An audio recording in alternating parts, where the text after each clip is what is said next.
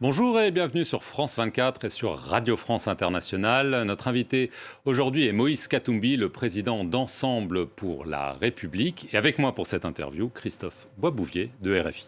Moïse Katumbi, bonjour. Bonjour Boisbouvier, bonjour Perleman.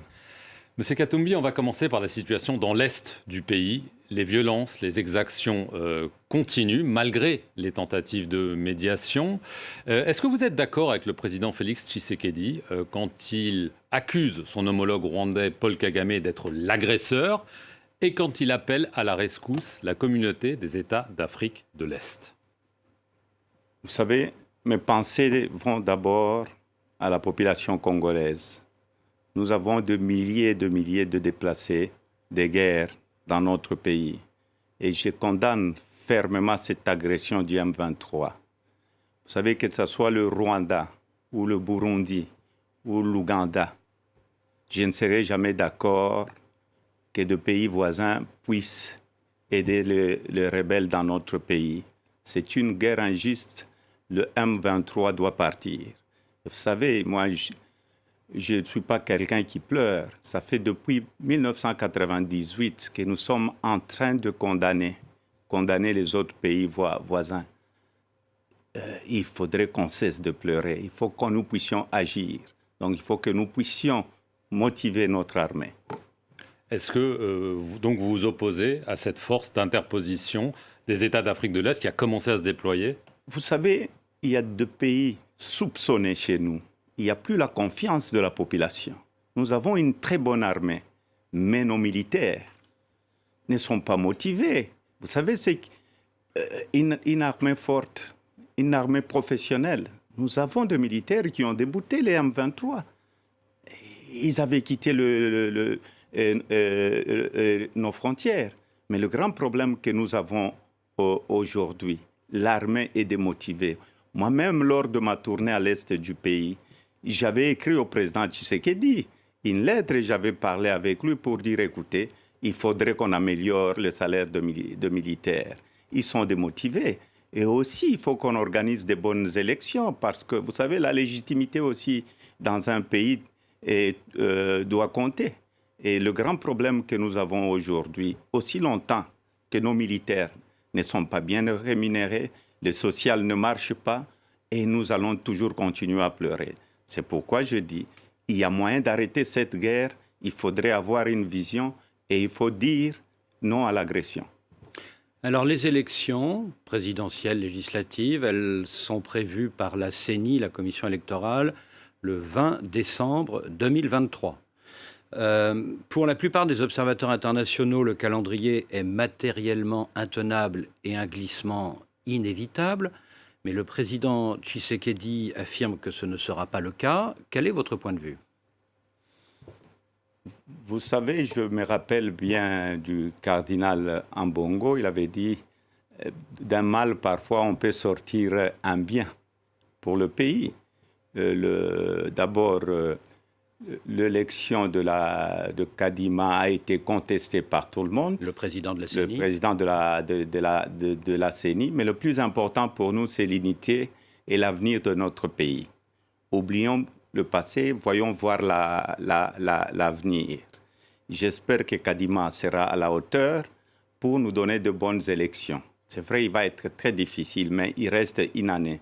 Si on a la volonté de changer les choses dans notre pays, le président Kadima doit les démontrer. Et en plus, le plus important pour moi, c'est les jours des élections. Je demande à la population congolaise, ils doivent aller s'enrôler.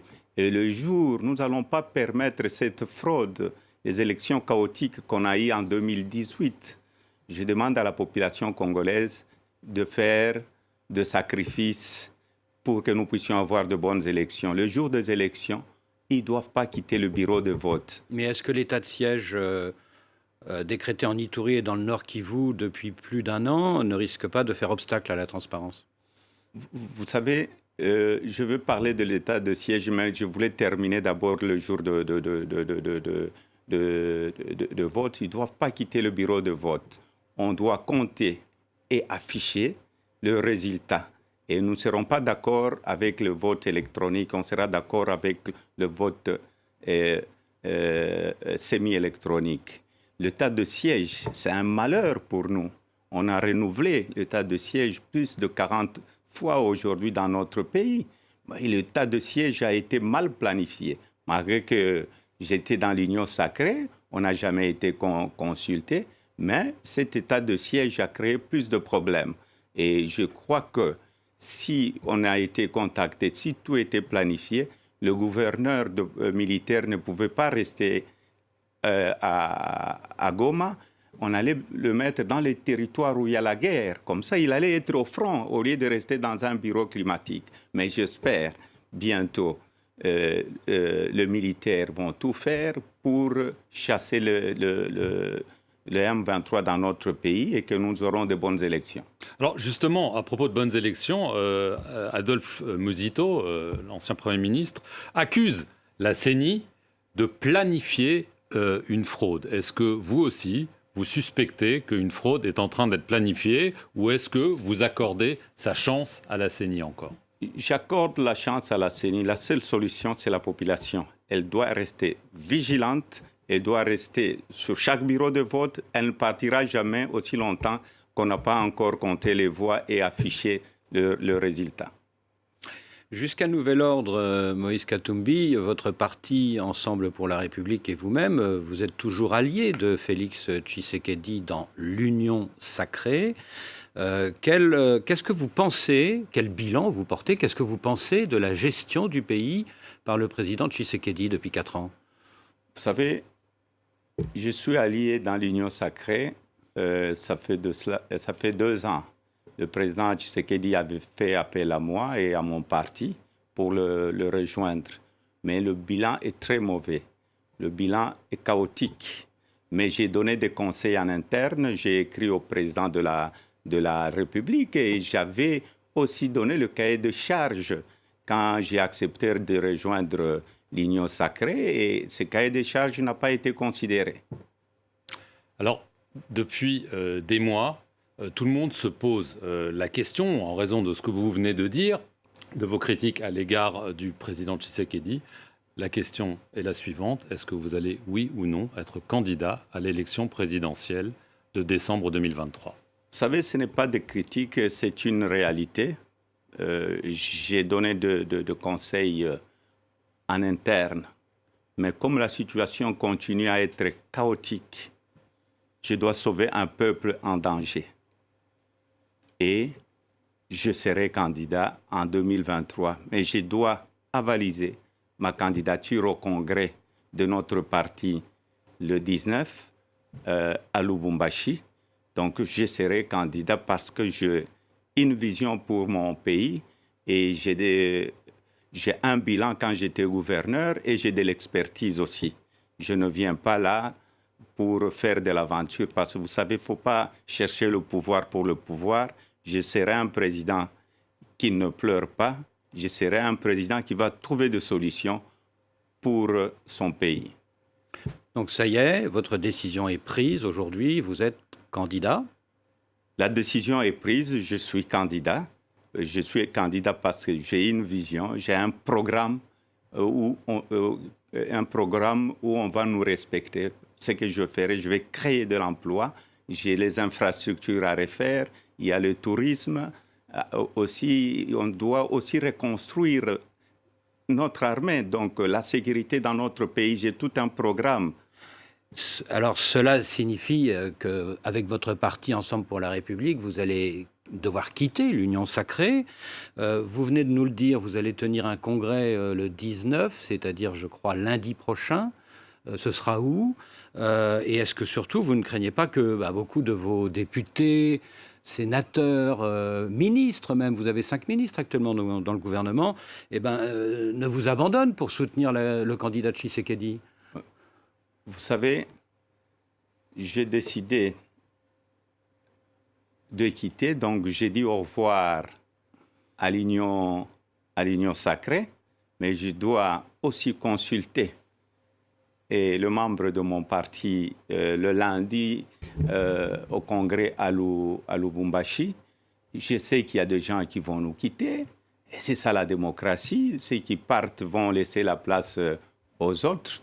Mais nous allons continuer avec de vrais combattants qui voudront que nous puissions changer la situation de notre pays ensemble pour un Congo meilleur. Alors, cette décision, vous y avez longtemps réfléchi parce qu'elle est lourde de conséquences. Il y a quelques jours, Laurent Batebenga, le président du tribunal de commerce de Lubumbashi, a démissionné. Il a déclaré dans sa lettre de démission, on va le citer, avoir reçu des pressions pour intervenir dans le dossier de votre société, MCK, c'est un long litige, afin, et là je le cite, de priver un adversaire politique des ressources financières qui lui donneraient les moyens de combattre le régime lors des élections de 2023. Il parle de vous, visiblement, et de quoi s'agit-il ? Vous savez, c'est le problème d'une ancienne société à moi qui est MCK.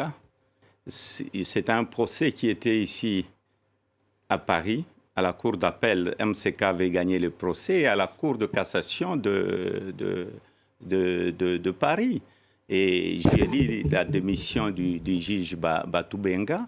C'est ce que nous avions condamné ensemble avec le président Tshisekedi, l'arbitraire et l'instrumentalisation de la justice.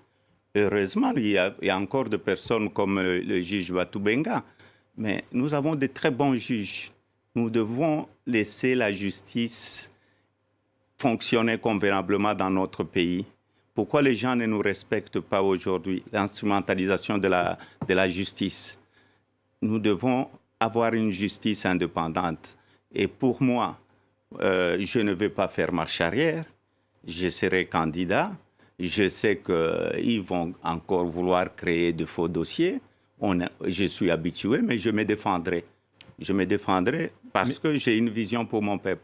Mais là, quand il parle de pression, ça veut dire quoi? Une pression du pouvoir sur ce juge pour vous nuire. Enfin, c'est de ça qu'on parle, parce que peut-être qu'ils se disent qu'en effet, vous avez les ambitions que vous venez de déclarer. Mais vous savez, j'ai ces ambitions depuis 2016. J'avais déclaré ma candidature. Quand je suis allé à l'Union sacrée, ce n'était pas une plateforme électorale, l'Union sacrée. Il n'y a pas une charte à l'Union sacrée. Chacun est allé pour donner un coup de main. Donc, je suis candidat parce que je vois que mon pays va mal. Et je peux trouver une solution pour mon pays. Je l'ai fait quand j'étais gouverneur. J'ai un bilan, donc j'ai de l'expertise. Après 8 ans de brouille, vous avez serré la main de l'ancien président Kabila. C'était en mai dernier à l'église, à Lubumbashi. Alors évidemment, ça a surpris tout le monde.